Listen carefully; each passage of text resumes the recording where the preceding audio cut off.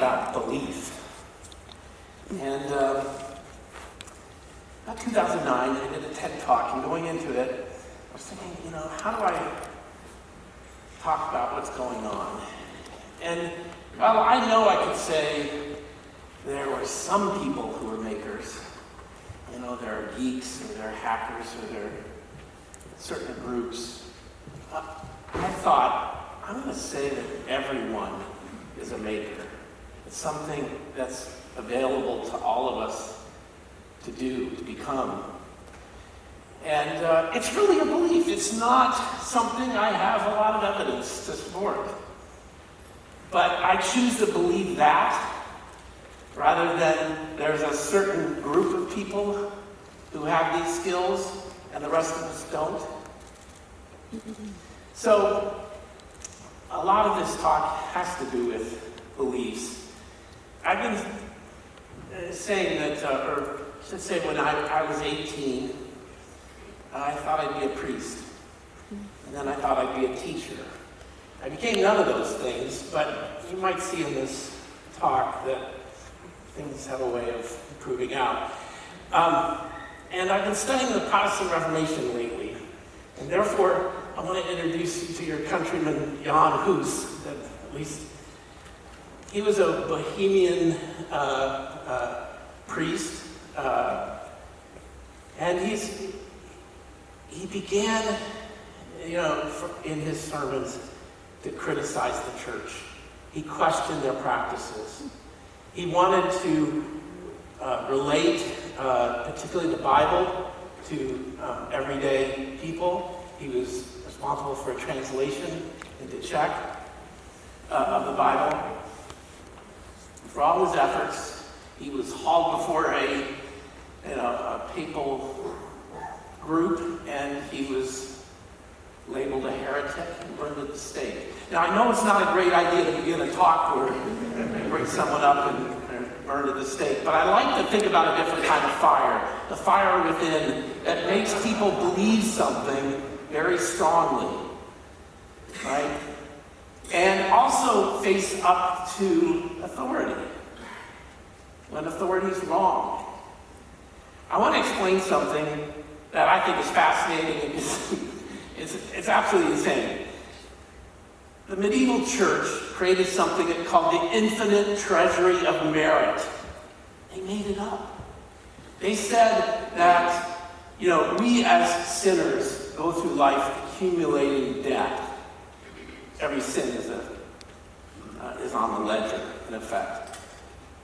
But those who went before us, Jesus, saints, they went into heaven with a surplus. And the church said, we can make that surplus available to you.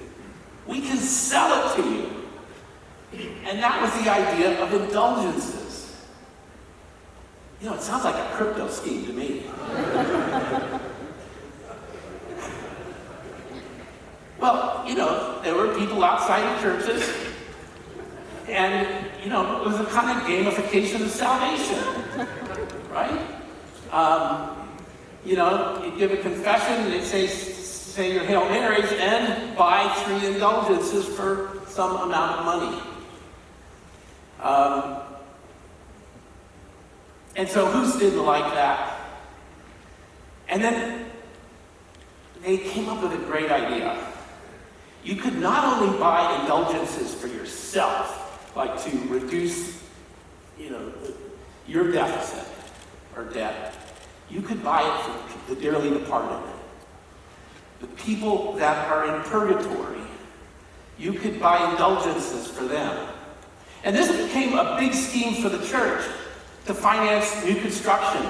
The Pope particularly wanted to build new buildings in Rome, and he was sending his folks out to sell more indulgences. But even in churches in Germany and stuff, they were also, it was a period where they were using relics, and viewing a relic, you got an indulgence, and they're really ridiculous things.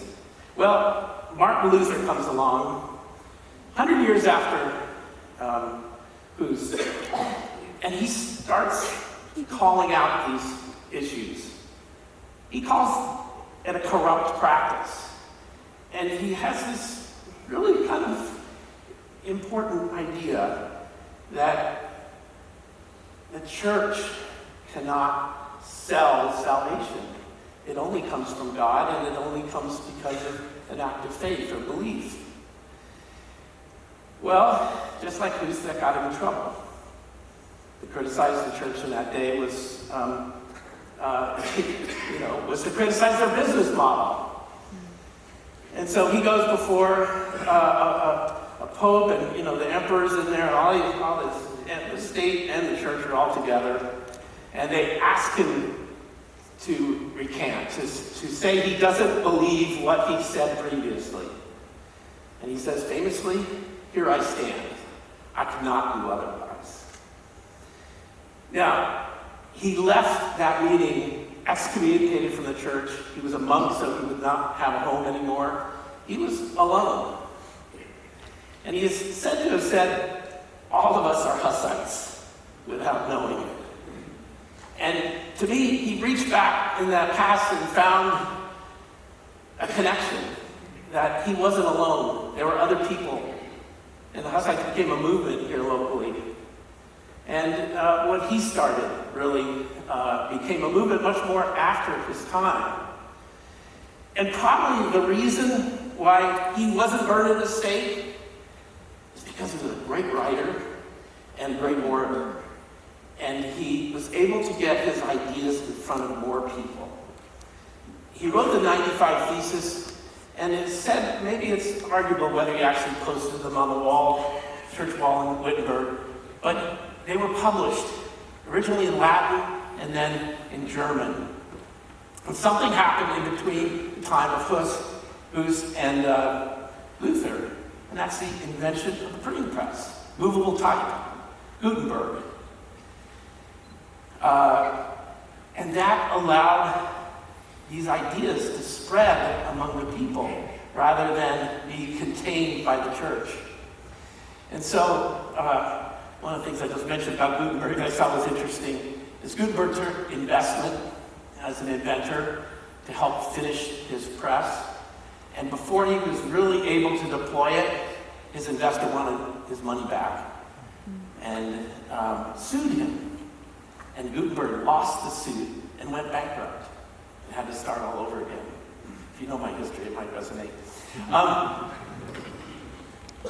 But Luther's sermons and writings were popular. They were published as pamphlets and distributed widely. And, it is thought that, he had this uprising of popular support behind him that helped protect him from kind of the emperor or the pope. He went on to do really important things, like translating the Bible into German, not the first to do it, but he was the first to write in a common language, accessible to people. He created similes and metaphors to explain things that literally weren't in the Bible, but he wanted to relate to his audience. And it's quite an achievement. Because he and Protestants believe that you can have direct access to the Word of God, and that should be your guide, not the church. So that's revolutionary, and it led to all kinds of changes. And I'm going to come back to why I believe that's important. It is kind of interesting history, but I think it's more important than just that. And I'm going to continue on the printer theme because in the 1980s, the laser printer was a big deal for me. That's kind of what it was. Apple created one as a Canon laser printer. And then they created new tools for creative expression. You could